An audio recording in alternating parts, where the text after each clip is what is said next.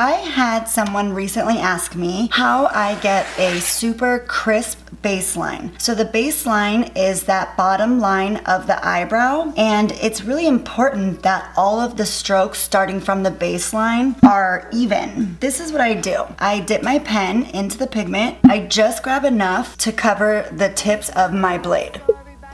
Then I place my blade on the skin, or in this case, the synthetic skin. And if this is my brow mapping line, I kind of drop my pigment right on that brow mapping line. Then I pull my blade back just to see that that pigment is right on that baseline. So I do a little tap and I double check, and then I make my stroke.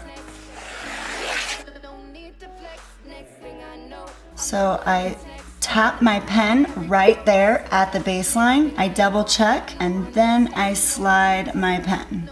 This is why it's super important to have really crisp, thin brow mapping lines. If your brow mapping line is super thick, then you could be starting from the actual brow mapping line, but because it's so thick, it might be uneven, so that baseline could still not be as crisp. Some people find it easier to start at the baseline, right on the baseline I should say, if they're using a slant blade. And I actually had someone comment on one of my YouTubes saying, how can you create a super crisp baseline with a U-blade? And I thought, ooh, what a good video, because I didn't even realize I did this until I was in the middle of a training. And when I'm in a training helping my students complete their first model, I actually will put a dot of pigment where I want them to start. It kind of started with that, and then I realized that that's what I do when I'm microblading,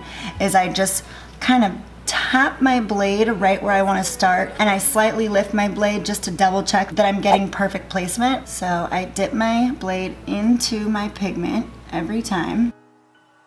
If you're using a creamier pigment line such as Phi, with Phi you can almost dip your blade into a stroke that might have too much pigment and share the pigment, as I say. But with lines like Permablend and Tina Davies, which is what I'm using right now, it dries out so quickly because this pigment is so watery that you really have to dip it in there every time. Another tip when trying to get a really crisp baseline is not using too much pigment. If you cover your blade like this with a lot of pigment, what will happen is, and here I'll show you real quick, it's just so thick, you can't really see where your stroke is. There's too much pigment covering your stroke, so you would actually have to wipe it away. So just get a little bit of pigment just covering the tips of your blade. This is also gonna help with your spacing. So let's say I tap right about here and I double check. Now I can see that I'm way too far away from the last stroke I made, and I wanna keep those strokes evenly spaced. So I'm going to bring it in and then make my stroke.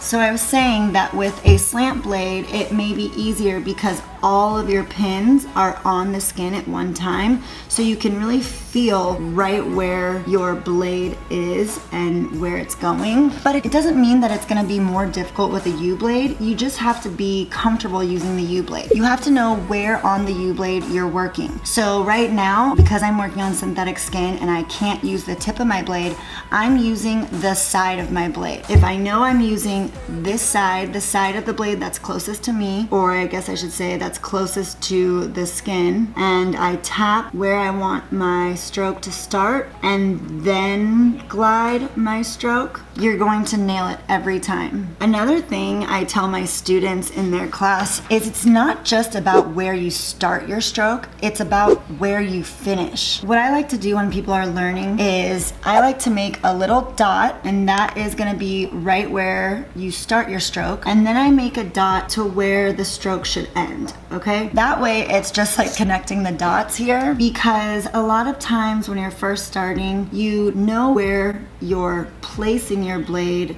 but you don't always know where it's going to end, and you may end up going too far down, too far up, and your strokes just end up being all over the place. So this is why I say plan your stroke placement. you should know exactly where that stroke is going to end. And if it ends somewhere other than where you planned on it going, then you really need to practice controlling your blade a little better. Sometimes that means just practicing making strokes on synthetic skin. Always go back to the basics if you're struggling. I'm doing the rainbow template, and that's the template where your strokes are moving up, over, and down. My frame strokes are going to be the red, orange, and yellow. So if you've taken my training, you know what I'm talking about. Those are the frame strokes. And then I like to fill in the tail staircases first. That way you don't mess up your brow mapping. So see how right here we still need to create that really clean baseline. So for this stroke template, what that means is that when I'm filling in all of these strokes right here, my last stroke needs to finish on that baseline. So going back to working with the U-blade, you really have to be comfortable using the U-blade to know where to stop. So another tip would be to control your stroke placement by working extremely slow. It usually takes me about 3 seconds to make a stroke. So if you're really trying to control where that stroke is going, you will tap your tool right where you want the beginning of that stroke to start. Then you'll glide your stroke down, and in this case I'm coming all the way to that brow mapping. And see how I stop for a minute and then I lift up? I don't just move my tool and quickly lift up. I stop with intention and look right where my tool is ending to make sure I'm where I need to be. So really a U-blade isn't harder than a slant blade.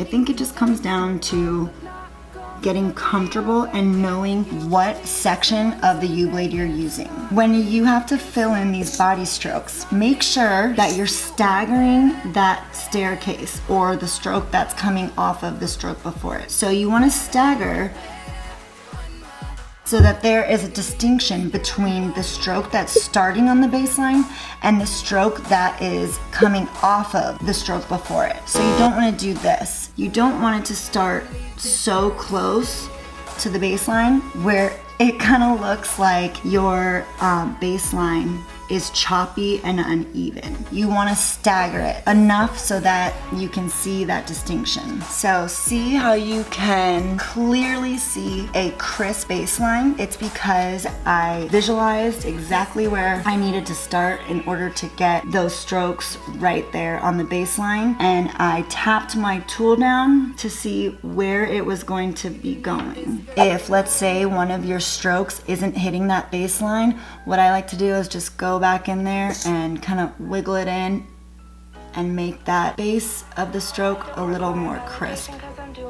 Picture. Hopefully this helped and answered your questions on how I get a clean and crisp baseline using a U-blade. I respect your admiration, but I'm doing just fine.